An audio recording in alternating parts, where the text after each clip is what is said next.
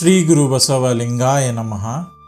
ಇಂದಿನ ವಚನ ಶರಣೆ ಸತ್ಯಕ್ಕನವರ ವಚನ ಇಂತಿದೆ: ಆದಿಯಲ್ಲಿ ದೇವ ನಿಮ್ಮನ್ನಾರು ಬಲ್ಲರು, ವೇದಂಗಳು ಮುನ್ನ ಲತ್ತತ್ತಲ್ಲರಿಯವು, ವೇದಿಗಳು ಪರಬ್ರಹ್ಮವೆಂದೆಂಬರು, ನಾದ ಬಿಂದು ಕಳಾತೀತನೆಂದೆಂಬರು, ಸಾಧು ಸಜ್ಜನ ಸದ್ಭಕ್ತರಿಚ್ಛೆಗೆ ಬಂದೆಯಾಗಿ ಈಗೀಗ ದೇವನಾದೆ ಶಂಭುಜಕ್ಕೇಶ್ವರ. ಶರಣೆ ಸತ್ಯಕ್ಕನವರ ವಚನಾಂಕಿತ ಶಂಭುಜಕ್ಕೇಶ್ವರ. ಶರಣೆ ಸತ್ಯಕ್ಕನವರು ಇಂದಿನ ಶಿವಮೊಗ್ಗ ಜಿಲ್ಲೆಯವರು. ಬನ್ನಿ ಈ ವಚನದ ಅರ್ಥ ತಿಳಿಯೋಣ. ಆದಿಯಲ್ಲಿ ದೇವ ನಿಮ್ಮನ್ನಾರು ಬಲ್ಲರು ಅಂದರೆ ಆದಿಯಲ್ಲಿ ಸೃಷ್ಟಿಕರ್ತ, ಈ ಸೃಷ್ಟಿಯ ಮೊದಲು ಸೃಷ್ಟಿಕರ್ತ ದೇವರೇ ಅಥವಾ ಒಂದು ದಿವ್ಯ ಶಕ್ತಿಯೇ ಇರಲು ಸಾಧ್ಯ. ಆ ಶಕ್ತಿ ಅಥವಾ ದೇವರನ್ನು ಯಾರು ತಿಳಿದುಕೊಂಡಿದ್ದಾರೆ? ವೇದಂಗಳು ಮುನ್ನ ಲತ್ತತ್ತಲರಿಯವು ಅಂದರೆ ವೇದಗಳು ಮೊದಲಿನಿಂದಲೂ ಇವೆ ಎಂದು ಹೇಳುತ್ತಾರೆ, ಆದರೆ ಅವು ಕೂಡ ದೇವರನ್ನು ಸಂಪೂರ್ಣವಾಗಿ ವರ್ಣಿಸಲಿಲ್ಲ. ವೇದಿಗಳು ಪರಬ್ರಹ್ಮವೆಂದೆಂಬರು. ವೇದಗಳನ್ನು ಓದಿದ ವಿದ್ವಾಂಸರು ದೇವರನ್ನು ಪರಬ್ರಹ್ಮ ಎಂದು ಹೇಳುತ್ತಾರೆ. ಅದಕ್ಕೊಂದು ಆಕಾರ ಕೊಟ್ಟು ಅದರ ವಿಶ್ಲೇಷಣೆ ಮಾಡುತ್ತಾರೆ. ನಾದ ಬಿಂದು ಕಳಾತೀತವೆಂದೆಂಬರು. ನಾದ ಅಂದರೆ ಶಬ್ದ, ಬಿಂದು ಎಂದರೆ ಬೀಜ ಮತ್ತು ಕಳೆ ಸೃಷ್ಟಿಯ ಭಾಗಗಳು. ಇವುಗಳನ್ನೆಲ್ಲ ಮೀರಿದವನು ಎಂದು ಹೇಳುತ್ತಾರೆ. ಆದರೂ ಈ ವಿಶ್ಲೇಷಣೆಗಳು ದೇವರನ್ನು ಸರಳವಾಗಿ ಅರ್ಥೈಸಿಕೊಳ್ಳಲು ಸಹಾಯ ಮಾಡಲಿಲ್ಲ.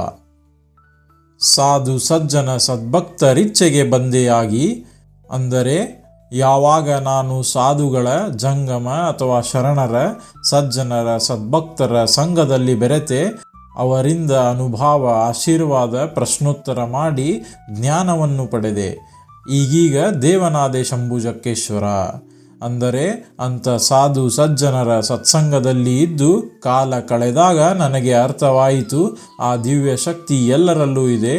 ಅದರ ಅರಿವು, ಜ್ಞಾನ ಬಂದ ತಕ್ಷಣ ನನಗೆ ತಿಳಿಯಿತು, ನಾನೇ ದೇವನೋಡ ಶಂಭುಜಕ್ಕೇಶ್ವರನೆಂದು. ಈ ವಚನದ ಸಾರಾಂಶ: ಶರಣೆ ಸತ್ಯಕ್ಕನವರು ದೇವರ ನಿಗೂಢತೆ ಮತ್ತು ಭಕ್ತಿಯ ಶಕ್ತಿಯನ್ನು ವರ್ಣಿಸುತ್ತಾರೆ. ಸೃಷ್ಟಿಗೆ ಮೊದಲು ದೇವರು ಅಜ್ಞಾತನಾಗಿದ್ದ. ವೇದಗಳು ಅವನನ್ನು ಸಂಪೂರ್ಣವಾಗಿ ವರ್ಣಿಸಲಾರದ. ವಿದ್ವಾಂಸರು ಅವನನ್ನು ಪರಬ್ರಹ್ಮ ಎಂದು ಮಾತ್ರ ಹೇಳಬಲ್ಲರು. ಆದರೆ ಭಕ್ತರ ನಿರ್ಮಲವಾದ ಪ್ರೀತಿ ಮತ್ತು ಇಚ್ಛೆಗೆ ವಶನಾದ ಮೇಲೆ ಆ ಅಪಾರ ದೇವರು ಇಂದು ಸುಲಭವಾಗಿ ತಿಳಿಯಲ್ಪಟ್ಟ. ಭಕ್ತಿಯೇ ದೇವರನ್ನು ಸಾಕ್ಷಾತ್ಕರಿಸುವ ಏಕೈಕ ಮಾರ್ಗ ಮತ್ತು ಆ ದೇವರು ಪ್ರತಿಯೊಬ್ಬರಲ್ಲಿಯೂ ಇದ್ದಾನೆ. ಅದನ್ನು ಅರಿತುಕೊಂಡಾಗ ನಮಗೆ ಆ ಅನುಭವ ಸಿಗುತ್ತದೆ. ಸರಳ ಅರ್ಥವೇನೆಂದರೆ, ಹೇಗೆ ಜೀವನದಲ್ಲಿ ದುಡ್ಡಿಗಾಗಿ ಶ್ರಮ ಪಡುತ್ತೇವೆ, ಹಾಗೆ ದೇವರು, ಸೃಷ್ಟಿ ಇವುಗಳ ಬಗ್ಗೆ ಅರ್ಥ ಮಾಡಿಕೊಳ್ಳಲು ಶ್ರಮ ಪಡಬೇಕು, ಓದಬೇಕು, ಪ್ರವಚನ ಕೇಳಬೇಕು, ಪ್ರಶ್ನೆ ಮಾಡಬೇಕು. ಅದೇ ಭಕ್ತಿಯ ಮಾರ್ಗ. ಅದೇ ಜಿಜ್ಞಾಸೆಯಿಂದ ಅರ್ಥ ಮಾಡಿಕೊಳ್ಳಲು ಸಾಧ್ಯ.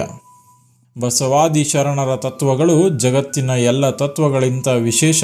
ಯಾಕೆಂದರೆ ಅವು ನಮಗೆ ದೇವರ ನಿಜ ಅರಿವಿನ ಜೊತೆ ಪ್ರತಿ ಮಾನವನು ದೇವನಾಗಬಹುದು ಎಂದು ತೋರಿಸಿಕೊಟ್ಟಿವೆ.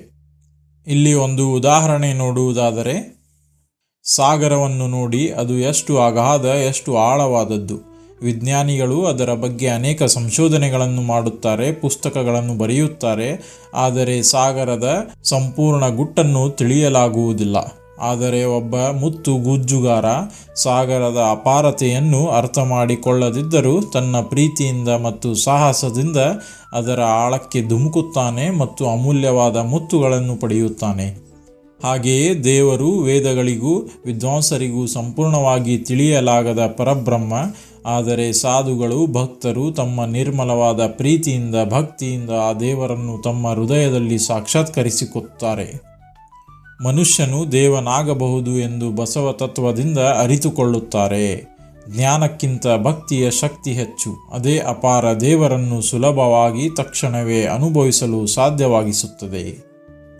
ಒಟ್ಟಾಗಿ ಹೇಳುವುದಾದರೆ, ಶುದ್ಧ ಭಕ್ತಿ, ಶುದ್ಧ ಮನಸ್ಸು, ಕಾಯಕ, ದಾಸೋಹ ತತ್ವ, ನಿತ್ಯ ಇಷ್ಟಲಿಂಗ ಪೂಜೆ, ನಿತ್ಯ ನೇಮಗಳನ್ನು ಆಚರಿಸಿದರೆ ಆ ದೇವರನ್ನು, ಆ ಸೃಷ್ಟಿಯ ಸೃಷ್ಟಿಕರ್ತನ ದಿವ್ಯ ಚೈತನ್ಯವನ್ನು ಅನುಭವಿಸಲು ಸಾಧ್ಯ. ಈ ವಚನವನ್ನು ಇನ್ನೊಮ್ಮೆ ನೋಡೋಣ. ಆದಿಯಲ್ಲಿ ದೇವ ನಿಮ್ಮನ್ನಾರು ಬಲ್ಲರು, ವೇದಂಗಳು ಮುನ್ನ ಲತ್ತತ್ತಲ್ಲರಿಯವು, ವೇದಿಗಳು ಪರಬ್ರಹ್ಮವೆಂದೆಂಬರು, ನಾದ ಬಿಂದು ಕಳಾತೀತನೆಂದೆಂಬರು. ಸಾಧು ಸಜ್ಜನ ಸದ್ಭಕ್ತರಿಚ್ಛೆಗೆ ಬಂದೆಯಾಗಿ ಈಗೀಗ ದೇವನಾದೆ ಶಂಭು ಜಕ್ಕೇಶ್ವರ. ಇನ್ನೊಂದು ವಚನದೊಂದಿಗೆ ಮತ್ತೆ ಸಿಗೋಣ. ಸರ್ವರಿಗೂ ಭಕ್ತಿಯ ಶರಣು ಶರಣಾರ್ಥಿಗಳು.